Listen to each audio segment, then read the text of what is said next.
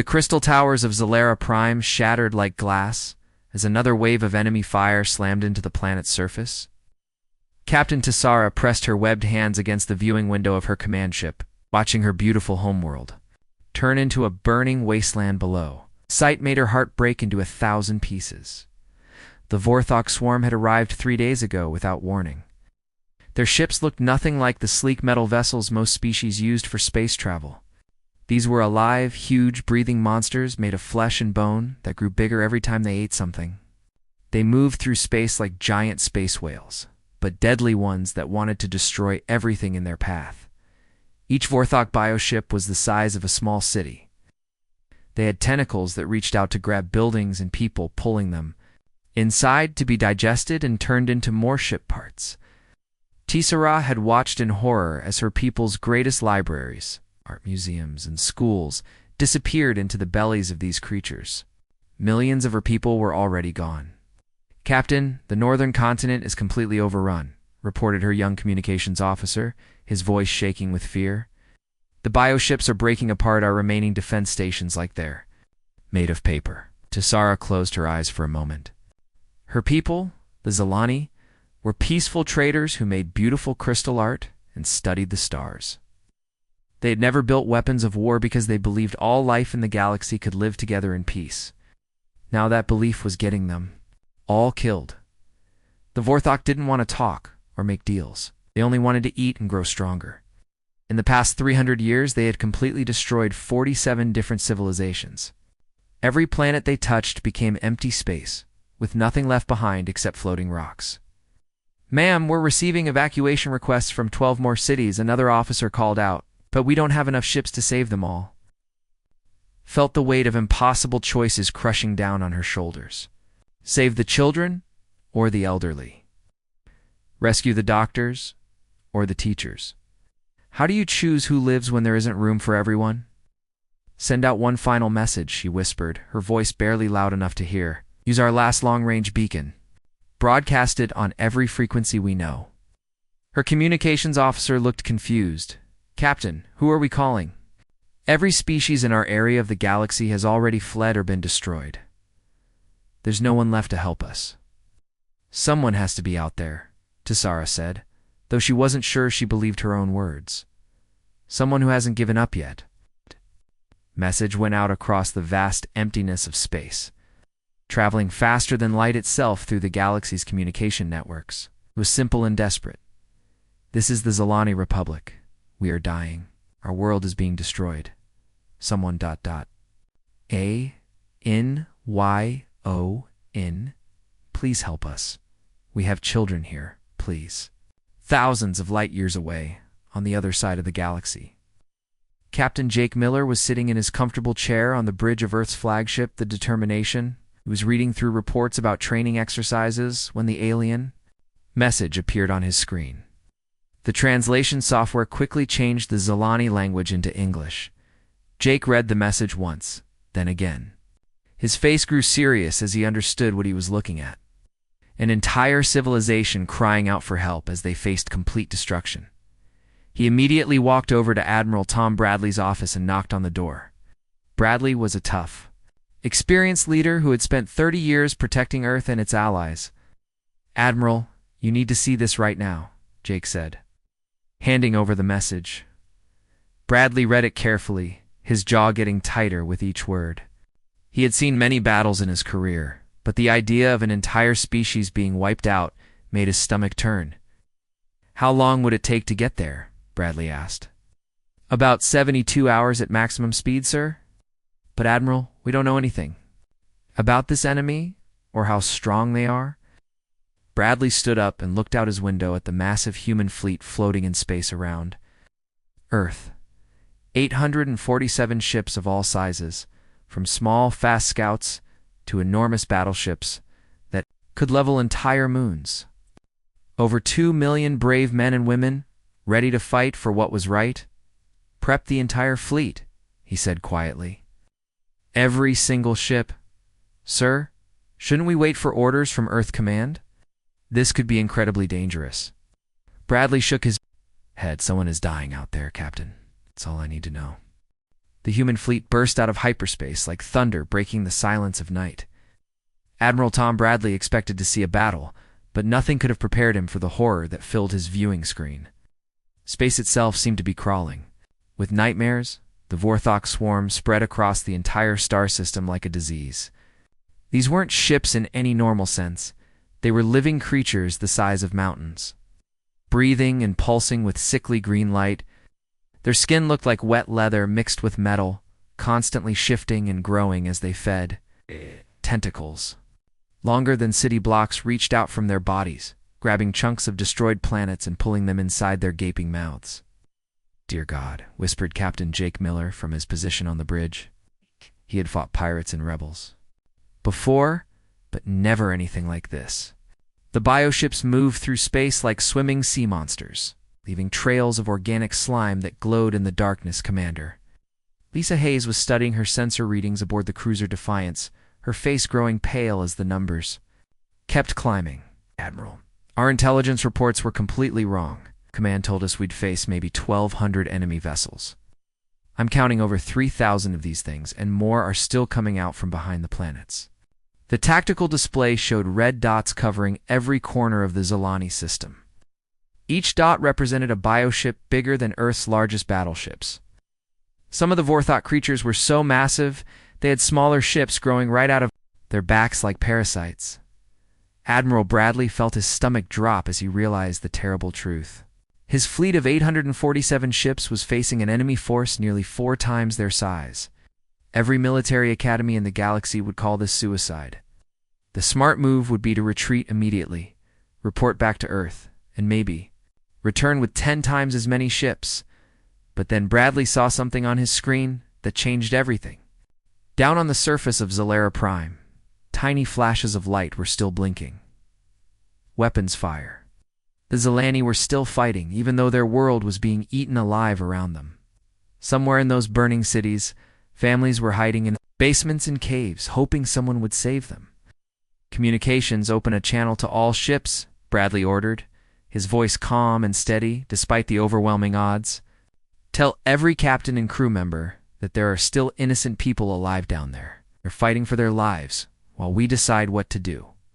Captain Mike Davis was standing on the bridge of his heavy cruiser, relentless when the Admiral's message came through the speakers. A wide grin spread across his weathered face as he turned to address his crew. The bridge was filled with young men and women who had volunteered to fly across the galaxy to help complete strangers. "You heard the Admiral, people?" Davis announced loudly. "Looks like we're outnumbered 3-1. Anyone scared?" His weapons officer, Lieutenant Betty Clark, laughed and shook her head. "Sir, my grandmother fought worse odds than this during the colony wars. She always said humans fight best when things look impossible." "That's what I like to hear," Davis replied.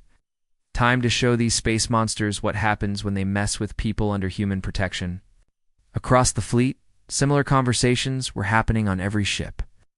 Captain Danny Martinez aboard the destroyer Fearless was explaining to his young crew why they weren't turning around. "Listen up, everyone. Those creatures down there have destroyed 47 entire civilizations. Billions and billions of people who never got the chance to fight back. But today, they picked the wrong species to mess with." The human ships began spreading out into attack formations that had been practiced and perfected over decades of warfare. Unlike other species that preferred to fight in tight defensive groups, humans scattered like wolves preparing to hunt. Some ships moved high above the enemy formation, others dove low beneath it. And the fastest vessels prepared to dart in and out like angry hornets.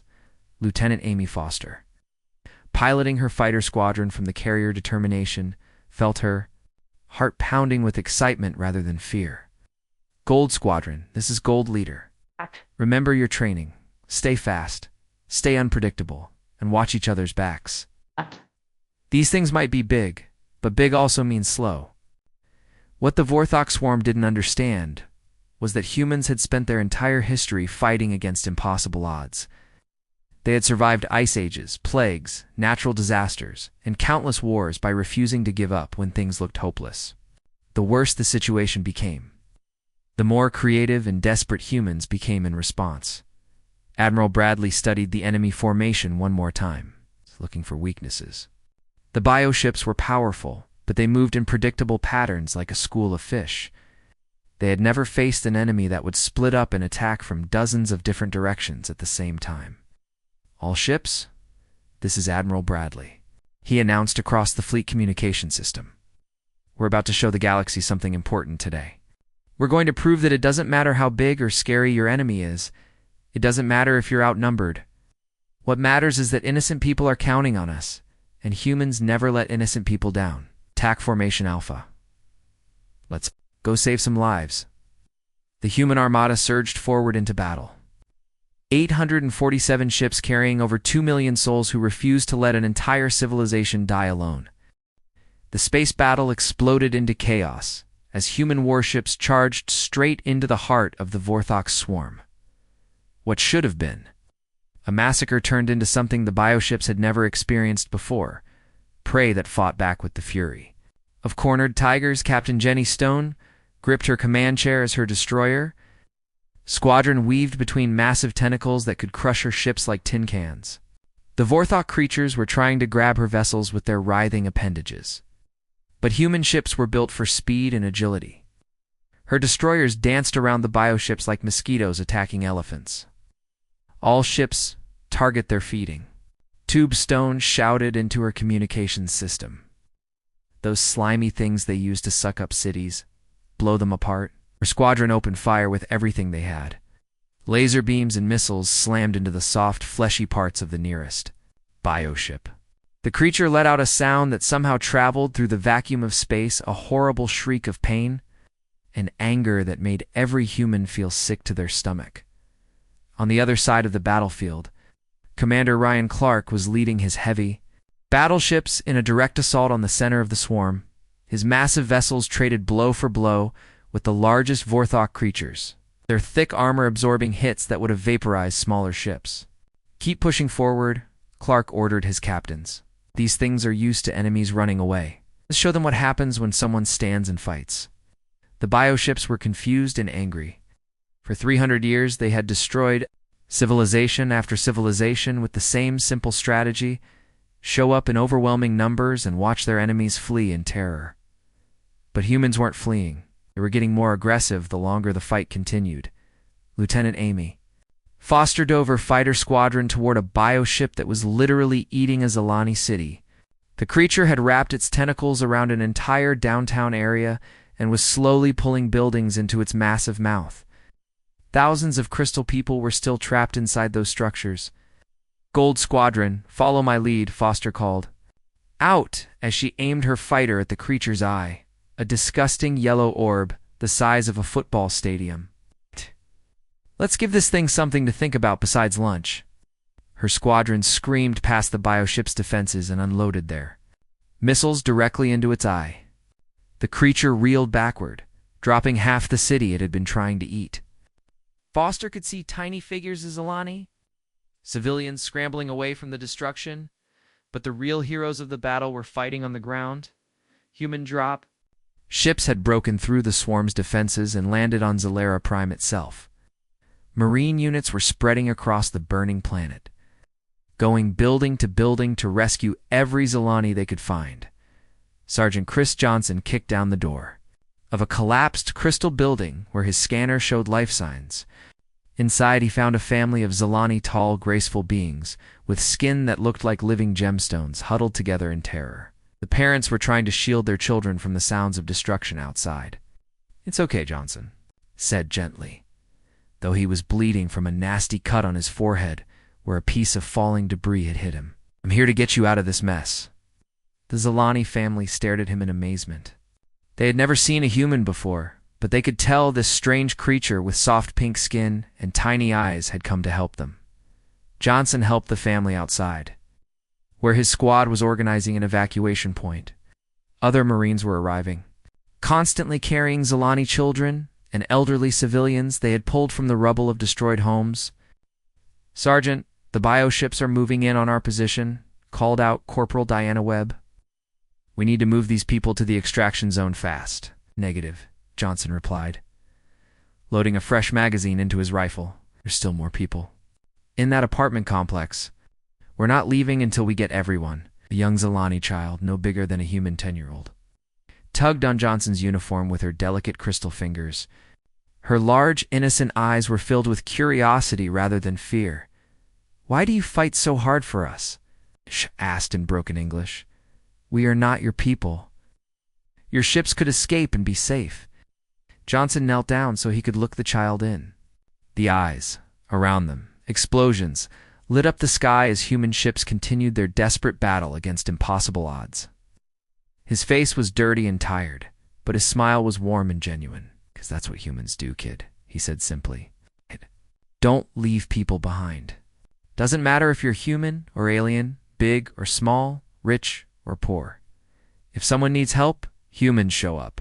It's just who we are." Above them, the battle raged on, as more human ships dove into the swarm.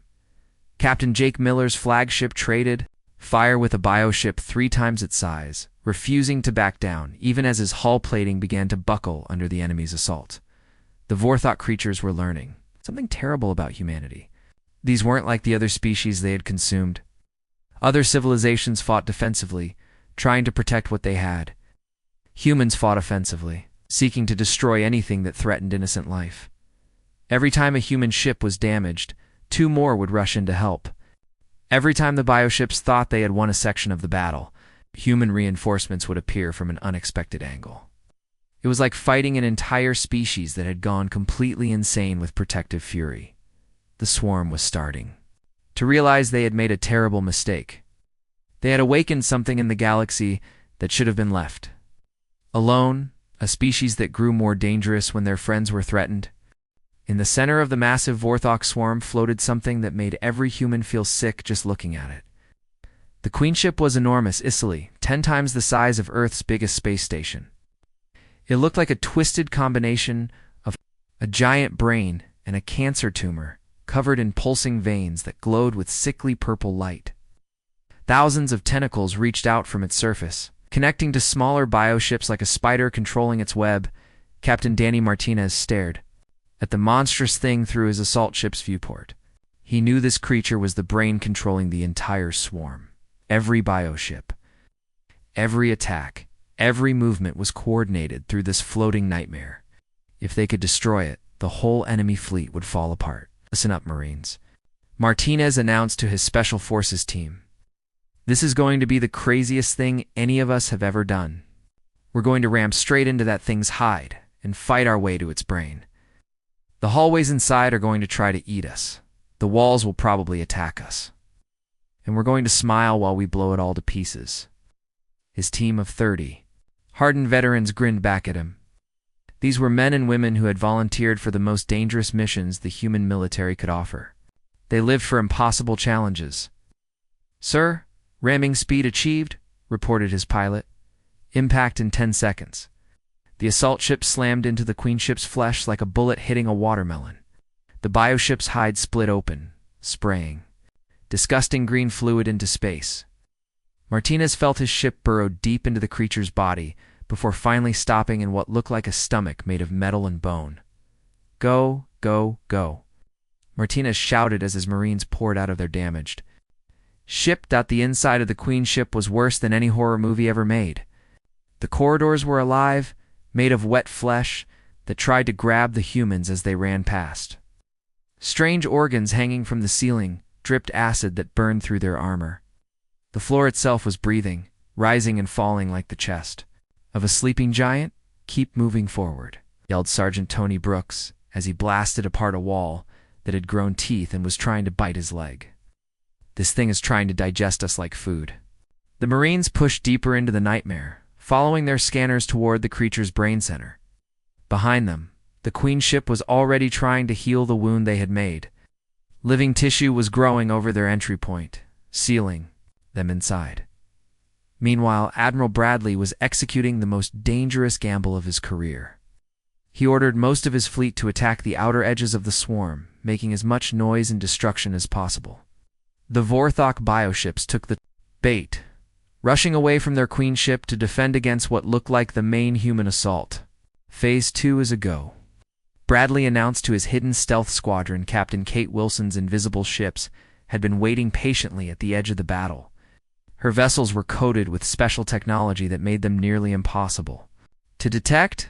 While the swarm was distracted by the decoy attack, Wilson led her squadron straight toward the Queen ship. "Remember, people," Wilson whispered to her pilots, "we get one chance at this. Those quantum charges have to be placed exactly on the neural spine, or this whole plan fails." Her ships attached themselves to the Queen ship's hull like tiny parasites. Teams of engineers in environmental suits crawled across the creature's surface, placing explosive devices along the glowing nerve pathways that ran from the brain to every other part of its body. Inside the Queen ship, Martinez and his Marines had fought their way to something that looked like the center of a massive computer made of brain tissue. Electrical impulses flashed through the organic circuits like lightning, coordinating the movements of thousands of bioships across the star system. "This is it," Martinez announced as he looked at the pulsing brain computer. "The thing that's been controlling this whole nightmare." But getting to it meant crossing a chamber filled with floating defense organisms, creatures that looked like jellyfish made of razor blades. They sensed the humans and immediately began attacking, shooting barbs of living metal. "Cover me," shouted Corporal Lisa Park as she ran toward the brain computer with a satchel full of explosives. The other Marines laid down covering fire, their weapons cutting through the floating defenders. Park reached the central brain and began attaching her bombs to the most important-looking nerve clusters. The Queen ship seemed to realize what was happening. The whole chamber began convulsing like it was having a seizure. Outside, Staff Sergeant Mark Thompson was placing the final quantum charge on the creature's neural spine when his radio crackled. "To life. All charges set," he reported to Captain Wilson. 30 seconds until detonation." "Roger that, Thompson," Wilson replied. "All stealth ships get clear immediately." The countdown seemed to take forever. Martinez and his Marines fought their way back toward their ship as the Queen ship's immune system went crazy, sending waves of antibodies to attack them. The corridors began closing like a throat trying to swallow them. 10 seconds, Park shouted as she ran. 5 seconds. Everyone hit the deck. The explosions tore through the Queen ship like a chain of volcanoes erupting at the same time. The quantum charges destroyed the neural spine, while Martinez's bombs obliterated the central brain. Every light inside the creature flickered and died. Across the entire star system, something incredible happened. Every single Vorthok bioship suddenly stopped moving. They had been like fingers on a hand, controlled by one central mind. With that mind destroyed, they became nothing more than floating pieces of dead meat, the bioships that had been charging toward. Human vessels suddenly went dark and began drifting helplessly through space. The creatures that had been devouring Zelani's city stopped feeding and just floated there like deflated balloons. Admiral Bradley watched his tactical display as thousands of red enemy contacts turned gray, indicating dead or disabled vessels. In a single moment, the most terrifying space fleet in galactic history had become a field of floating debris. "All ships, this is Admiral Bradley," he announced across the human fleet. His voice was calm but filled with grim satisfaction. "The Queen ship is destroyed. Enemy coordination is broken. Now we finished the job. Commence hunting operations. I want every single one of these things turned into scrap metal. Leave none of them operational." The human fleet spread out like avenging angels, systematically destroying every bioship they could find. What had started as an impossible battle against overwhelming odds had become a cleanup operation. The Vorthok swarm, which had consumed 47 civilizations over 3 centuries, was about to become extinct in a single day. The aftermath of the battle looked like a cosmic graveyard. Thousands of dead bioships floated silently through space, their once terrifying forms now nothing more than chunks of rotting flesh and twisted metal. The human fleet moved methodically through the debris field, making sure every single Vorthok creature was truly destroyed. Captain Jenny Stone watched from her destroyer's bridge as her crew used their ship's weapons to blast apart the remains of a bioship that was still twitching. Even in death, these things gave everyone the creeps. "That's the last one in Sector 7, reported her weapons officer. "All Vorthok vessels in this area are confirmed destroyed." Across the star system, similar reports were coming in from every human ship. what had taken the Vorthok swarm 3 centuries to build. The most feared fleet in galactic history had been completely wiped out in less than 6 hours. The creatures that had destroyed 47 civilizations were now extinct. But the real work was just beginning. Down on the surface of Zalara Prime, something remarkable was happening. Surviving Zalani were slowly emerging from their underground shelters, expecting to find nothing but death and destruction. Instead, they found human marines directing traffic and human engineers already setting up equipment to rebuild their shattered cities. "Captain?" Alex Turner had landed with the first wave of construction crews, and his people were working around the clock to clear debris and restore basic services. His teams were setting up temporary shelters, water purification systems, and medical stations for the refugees. "How do you humans work so fast?" asked elderly Zalani as he watched Turner's crew rebuild a collapsed bridge in just a few hours. The crystal being's voice was filled with amazement. Turner wiped sweat from his forehead and grinned. "We've had lots of practice fixing things that got broken in wars. Plus, we don't like seeing people suffer if we can do something about it." All across the planet, similar scenes were playing out. Human medics were treating wounded Zalani with the same care they would show their own people. Human food distribution teams were making sure every refugee family had something to eat. Human security squads were keeping order and helping people find their missing relatives. The Zalani had never seen anything like it. Most species in the galaxy would have demanded payment or territory in exchange for this kind of help. Humans were doing it for free, simply because it was the right thing to do.